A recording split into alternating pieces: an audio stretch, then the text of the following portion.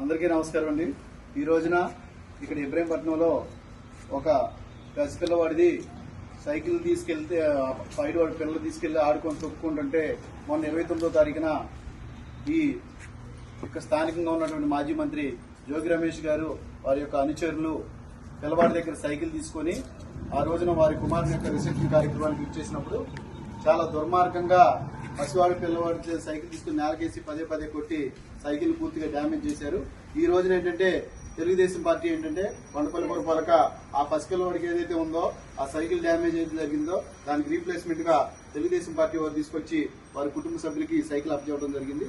ఏదేమైనా ఏంటంటే ఇలాంటి పైశాచిక ఆనందం పొంది ఒక తెలుగుదేశం పార్టీ సింబల్ గా ఉన్నటువంటి సైకిల్ ని ఈ రకంగా పసిపిల్లవాడి దగ్గర లాక్కొని పదే పదే ఇసిరేసి చేయడం చాలా దుర్మార్గమైన చర్య. వీళ్ళు 170 సీట్లు 11 సీట్లకు పరిమితమైనా కానీ ఇంకా వీళ్ళకి సిగ్గు రాలేదు. ఈసారి అయినా సరే ఏంటంటే ఇలాంటి పరిస్థితులు పునరావృతం కాకుండా దీని మీద చర్యలు కూడా తీసుకోవాలని చెప్పి తెలుగుదేశం పార్టీ నాయకులందరం కూడా మేము కోరడం జరిగింది. ఏదేమైనా ఇలాంటి పైశాచిక ఆనందం పొందినటువంటి వ్యక్తులు తప్పనిసరిగా వారు రాబోయే రోజుల్లో ఇబ్బంది పడే టైం కూడా ఉందని చెప్పి తెలియజేస్తాం.